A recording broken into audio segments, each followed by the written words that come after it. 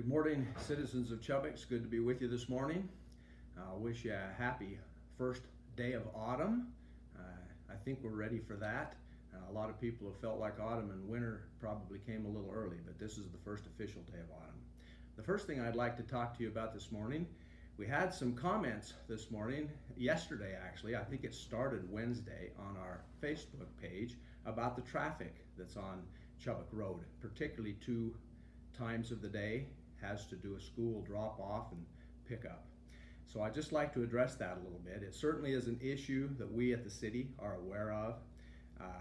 We're concerned about it too, and there are several things that have been done. One of the things that I'd like to ask those who've been involved with this is to go ahead and make some comments for us as to possible suggestions. The challenges you see and the things that are happening, we agree with you. There's some challenge there. There are a couple other things that I think that I can do, and I'm going to work on those during this coming week, but I'd be open to any suggestion you might have. One of the things that I would suggest for those who are involved in this, those who can, try to find maybe an alternate route. I know with some of you that's not a possibility, I get that.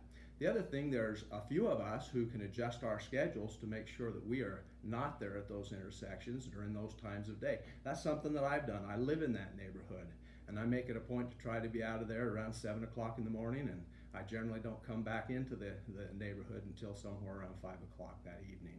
So those who can adjust their schedules, I'd ask you to do that.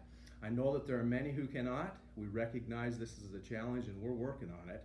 So hopefully things will be coming in the future, but one of the things that I'd like to ask now is just for any possible suggestions that you might have as to what we can do. And I will make a commitment to you that during this next week I will double my efforts to see if there's things we can do to help with that over there. Again, it's a problem, but it's happening twice a day for about a 15 to 20 minute period. And so I would ask for your patience and for your help. Thank you, I appreciate that. A couple of things that will be coming during this coming week. We've got a Comic Con that's coming to our town. They actually will be here from the 28th of September through the 1st of October.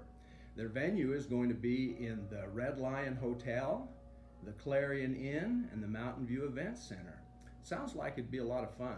We've got a lot of people in our area who have traveled from our area to participate in these Comic Cons, and this is the first time one's coming to our local area.